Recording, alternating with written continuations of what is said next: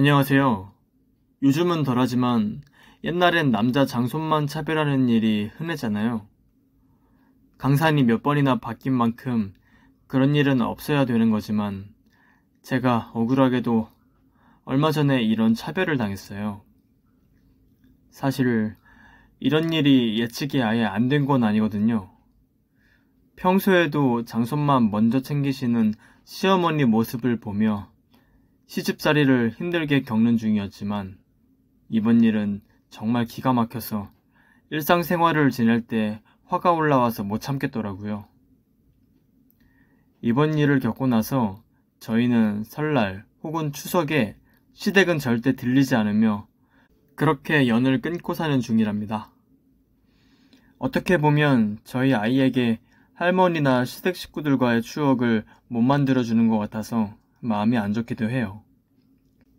그래도 이런 생각이 들 때면 도저히 대화가 안 통하는 시댁 식구들이라 연 끊고 살길 100번 1000번 잘했다는 생각을 하며 다시 마음을 다잡아요. 장손만 차별했던 일은 시집 왔을 때부터 큰집 식구들 일정에 맞춰 결혼 날짜를 허락받았다든지 신혼여행 갈 때 장손 태교에 좋은 경험이 될 거라면서 큰집 식구랑 같이 갔다 오라고 말씀했다든지 등등 많은 전조 증상이 있었어요. 그런데 이런 일이 있을 때마다 다 거절했고 안 좋은 소리 몇 번 듣고 끝나서 실질적으로 저희 가족에게 해되는 일은 아니었어서 그냥 넘어갔거든요. 그런데 큰집 며느리가 엄마들 모임에 갔다 와서 듣고 저지른 한 사건으로 인해서 저에게 큰 정신적 피해가 오기 시작했어요. 사건은 이랬어요. 외곽 한 지역에 비닐하우스밖에 없는 촌 지역이 건설회사가 그곳을 밀어버리고 백화점을 짓는다는 말에 땅값이 몇십 배 오를 거라는 말을 들은 저희 큰집 형님은 추석에 갑자기 음식을 하던 도중 그 얘기를 꺼내며 시어머니를 조르더라고요. 어머니, 50배래요, 무려. 50배. 이렇게 뛰면 어머니 장손 대치동 학원도 걱정 없이 보낼 수 있고 유학도 문제없이 갈 수 있는 돈이에요. 50배가 가능할까요? 그리고 일단 투자하려는 금액이 너무 큰 것 같아요, 형님. 작은 애기는 조용히 해봐라. 내가 모아둔 돈이 있어. 우리 장손 주려고 아들, 딸이 용돈 준 거 차곡차곡 모았다. 그거 좀 주면 되나, 큰아가? 어머, 어머니. 너무 좋아요. 제가 꼭 몇 배로 불려서 드릴게요. 어차피 그 돈 다 우리 장손 거다. 내 용돈 차곡차곡 모아서 우리 장손 장가 갈 때 집도 해주고 용돈 필요할 때 주고 다 할라 했어. 라며 당연히 주어야 한다는 듯이 말씀하셨어요. 처음엔 너무 놀랐고 그 용돈을 장손만을 위해 모으셨다는 말씀에 화도 많이 났어요. 그리고 거실에서 다 같이 모여있을 때 큰 며느리가 저한테 투자를 왜 안 하냐며 저한테 훈계를 하더라고요. 동서, 그렇게 개미처럼 일해서 모은 돈으로 언제 집 사고 언제 애 좋은 학원 보내고 명문대 보낼 거야? 저는 괜찮아요. 차곡차곡 모아서 하나씩 잃어보려고요. 그러자 시어머니가 한술 더 뜨셔서 말씀하시길, 애미야, 그렇게 고지식하게 다른 사람이랑 똑같이 살면 큰 사람이 못 되는 게야. 장손 키우는 큰 애미처럼 포부를 크게 가져야 네 자식도 적어도 인서울 이상은 할 거 아니냐. 큰애 말 듣고 너도 잘 한번 생각해봐라. 작은 아가 보면 답답해서 원. 어머니, 그러니까요. 동서가 좀 꽉 막힌 면이 있잖아요. 동서, 그러면 자식들이 배워. 사람이 더 크게, 응? 크게 마음을 써야 돼. 이 말을 듣고 집에 와서 아이들 다 재우고 맥주 한 캔 먹고 몰래 울면서 친구한테 전화해서 신세 한탄을 했거든요. 그런데 초등학교 5학년인 아이가 듣고 나와서 저를 위로하더라고요. 이렇게 어린아이도 차별을 느꼈을까 미안하기도 하면서 아이를 붙잡고 엉엉 울었어요. 그래, 아들. 지금은 풍족하진 않지만 엄마가 열심히 일해서 우리 아들 열심히 키워볼게. 라고 다짐하면서요. 그날 이후로 큰집과 시어머니를 피하며 그냥 똑같은 일상을 바쁘게 살았죠. 그렇게 그 일이 잊혀질 때쯤 시어머니가 입원을 하셨다는 거예요. 입원을 하신 계기가 뭐였냐면 너무 없어서 웃음이 나오는데요. 그러다가 몇 개월 후 큰 며느리가 또 사고를 쳤대요. 믿을 만한 회사에다가 주식 투자를 했는데 그 회사가 망했다네요. 진짜 잘해보려 한 거라고 울면서 애원했대요. 그 자리에서 바로 시어머니는 바로 쓰러지셨고 입원을 하게 되셨어요. 그래서 저희 부부는 아이와 병문안을 가게 되었고 거기서 또 황당한 일이 있었죠. 우리 며느리 왔어? 갑자기 시어머니께서 저희를 너무 살갑게 대하시더라고요. 딱 봐도 큰집 일 때문에 무언가 부탁하려는 속셈이 훤히 보여서 언짢더라고요. 그렇게 무시할 땐 언제고. 어머니, 몸 괜찮으세요? 작은 며느리랑 작은 아들 왔어요. 듣자마자 놀라서 바로 달려왔어요. 걱정 많이 했습니다. 그런데 시어머니가 처음으로 벌떡 일어나서 말씀하시기를 걱정해줘서 고맙다가 아닌 애미야, 나 좀 도와다오 였어요. 뭔가 쎄한 기분이 들어 바로 어물쩡 대답했어요. 네? 어머니, 뭘? 그때 큰집 며느리 말 듣고 넣었던 돈 우리 큰 아가가 주식에다가 다 부었다가 반토막이 뭐야. 그냥 다시 못 받는다더라. 아이고. 그 말을 듣고 내가 숨이 안 쉬어져서 말이야. 지금도 심장이 벌렁벌렁해가 어디 도와달랄 데도 없고 큰아가가 우리 장손 키울 상황이 아니다더라. 작은 아가가 좀 다 갚을 때까지만 장손 키워주거라. 내 많이 그 가서 반찬도 갖다주고 자고 가고 그럴 테니 시애미가 이렇게 부탁하는데 들어줄 거지? 네?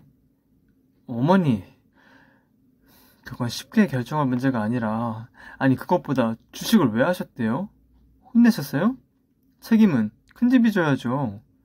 왜 저희 집이 뒤처리를... 뭐? 우리 장손 키우는 게 뒤처리라고? 나 때였으면 바로 시어머니 말에 알았습니다 라고 했어. 어디서 말 듣고야? 그리고 우리 큰아가가 장손 잘 키워보려고 더 잘해보려고 그런 건데 이런 애 좀 도와주는 게 그렇게 힘드니? 어머니, 그렇게 억울하다는 듯이 말할 문제가 아니잖아요. 저희 아직 이제 초등학교 내년이면 졸업해서 내후년이면 중학생이에요. 학원도 보내달라 해서 학원도 보내주고 싶고 먹고 싶은 것도 다 먹게 해주고 싶어요. 그리고 저희 둘째 계획하고 있는 거 어머니도 아시잖아요. 장손이 새로운 둘째다 생각하고 키워라. 그냥 좋은 일 한다고 생각해. 그게 그렇게 힘드니? 어머니, 그렇게 소중하시면 장손 어머니가 키우세요. 안 된다. 우리 장손은 계속 서울에서 자라야 한다. 난 당연히 이렇게 큰 아가가 힘들면 작은 아가가 두 팔 뻗고 장손 환영해 줄 줄 알았는데 이렇게 속이 좁아서야. 저는 화가 머리 끝까지 치밀어 올랐지만 시어머니이기 때문에 잘 지내보려고 최대한 화를 참으며 말했어요. 마음 같아선 큰집 사람들 데려와서 머리끄댕이 다 잡고 흔들고 싶은데 최대한 이성적인 마음을 가지고 말을 했죠. 어머니, 안 되는 건 안 되는 거예요. 남의 손에서 키우면 애가 얼마나 부모랑 애착관계가 형성이 안 되겠어요. 장손한테도 안 좋은 일이에요. 그 말을 하니까 마침 큰집 며느리가 들어오면서 한마디 더 거들더라고요. 동서, 진짜 못 배워먹은 티 좀 내지 마. 이렇게 어머니가 사정사정했으면 좀 들어주는 척이라도 해. 어려울 땐 다 돕고 살아야 되는 거 몰라? 이런 거 못 배웠어? 그 말을 들으니 저는 더 이상 화를 참을 수 없었어요. 그래서 그 말을 듣자마자 큰집 며느리 따귀를 때리고 머리채를 흔들었죠. 진짜 내가 참다 남이 싼 똥을 내가 치우라고 당연하다는 듯이 말하는 사람은 네가 처음이다. 내가 참아보려 했거든? 근데 진짜 이제는 못 참아. 이렇게 싸움이 났죠. 저는 매일 운동을 틈틈이 해서 그런지 제 힘에 큰집 사람들이 못 당하더라고요. 그걸 보던 어머니는 아들, 네 집사람 좀 말려다오. 몰상식하게 뭐하는 거니 저게. 이 말을 하시고 제 남편이 말을 안 들으니 갑자기 아이고 내 팔자야, 어디서 저런 것이 굴러들어와가지고 라고 하시며 쓰러진 척을 하시더라고요.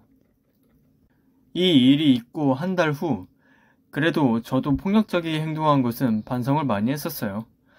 그래도 시어머니랑 어떻게든 잘 지내봐야 한다는 생각에 시어머니 집을 혼자 찾아갔죠. 어머니, 그때 일은 제가 너무 감정적으로 했던 것 같아요. 죄송해요. 많이 반성했고 어머니 뵙고 싶어서 왔어요. 역시 예상대로 시어머니는 인터폰으로 쌍욕을 하시면서 너 같은 며느리 둔 적 없다. 그렇게 무식하게 행동하는 며느리는 내 며느리였던 적이 없다. 장손 키워줄 거 아니면 돌아가거라. 빨리. 라고 내치시더라고요. 그렇게 문전박대하던 어머니가 제가 몇 시간째 밖에서 사정사정하며 비니까 갑자기 나오시더니 이제 생각이 바뀌었니? 라고 물으시는 거예요. 저는 당황하면서 저는 큰집 아들 못 키워요. 그 생각은 변함없습니다, 어머니. 그냥 어머니랑 좋게 지내고 싶어서 온 거예요. 화 푸세요, 어머니. 그 일은 절대 허락할 수 없어요. 제 마음은 안 변해요. 그러더니 갑자기 대문 앞에서 어머니가 준비해 오신 소금을 갑자기 하나하나 던지시는 거예요. 다 뿌리고 제 따귀를 쫙 때리시는데 이게 진짜 현실인가 꿈인가 의심이 들 만큼 어안이 벙벙하더라고요. 그렇게 따귀를 한 대, 두 대 때리시면서 이게 어디 장손을 키우게 해주겠다는데 너 같은 악기가 씌인 년이 우리 집에 들어와서 큰 집이 이렇게 된 거 아니냐 라고 소리를 지르니 동네 사람들이 놀라서는 다 나오시더라고요. 그러더니 경찰에 신고를 해주셨어요. 그렇게 시어머니와 저는 경찰서에 불려갔고 급하게 저희 남편은 일하다가 뛰어왔어요. 여보 무슨 일이야. 어머니랑 경찰서에는 왜 온 거야? 여보, 그게 하며 저는 상황 설명을 했고 제 남편은 그 자리에서 화를 주체하지 못하고 어머니께 소리를 치더라고요. 어머니, 정말 해도 너무하네요. 제가 어렸을 때부터 큰형이랑 그렇게 차별하시더니 얼마 전에 집사람한테 소리칠 때도 친엄마니까 키워주신 분이니까 제가 그냥 넘어갔잖아요. 그런데 저희 집사람한테 손을 대세요? 큰아들만 아들인 거예요? 왜 이렇게 고집 세신 거예요? 생각이 거기까지밖에 안 가시는 거예요? 더 이상 어머니와 저는 가족이 아닙니다.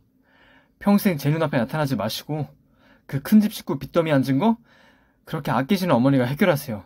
아주 손가락 쪽쪽 빨면 빚 잘 갚아보세요. 선을 넘은 건 어머니예요. 한 번만 더 우리 집에 찾아오거나 연락하시면 제가 경찰에 신고할 거예요. 그렇게 아세요. 알겠어요? 그렇게 아들에게 욕이란 욕은 다 듣고 펑펑 우는 어머니를 냅두고 집으로 와서 큰집 어머니 연락처는 다 차단하고 이사도 준비했어요. 그리고 어머니 집 동네 사람들한테 이 사실이 다 퍼져서 어머니는 숨어 다니신다고 하네요. 그렇게 안 보고 산 지 꽤 됐는데 사실 마음은 너무 편한 거 있죠? 하지만 그 일로 인해 정신적 트라우마는 좀 남아서 가끔 힘들 때가 있어요. 그 일을 계기로 저는 아들을 차별 없이 평등한 생각을 가진 사람으로 키워야겠다고 생각했어요. 저희 아들은 그래서 학교에서 차별받는 애들에게 손도 내밀어주는 멋있는 아이를 크고 있답니다. 힘든 일이 있으면 그것으로 인해 배우는 것도 많은 것 같아요. 다들 이런 마음가짐으로 힘든 일을 대하면 나중에 훨씬 좋은 일이 올 겁니다.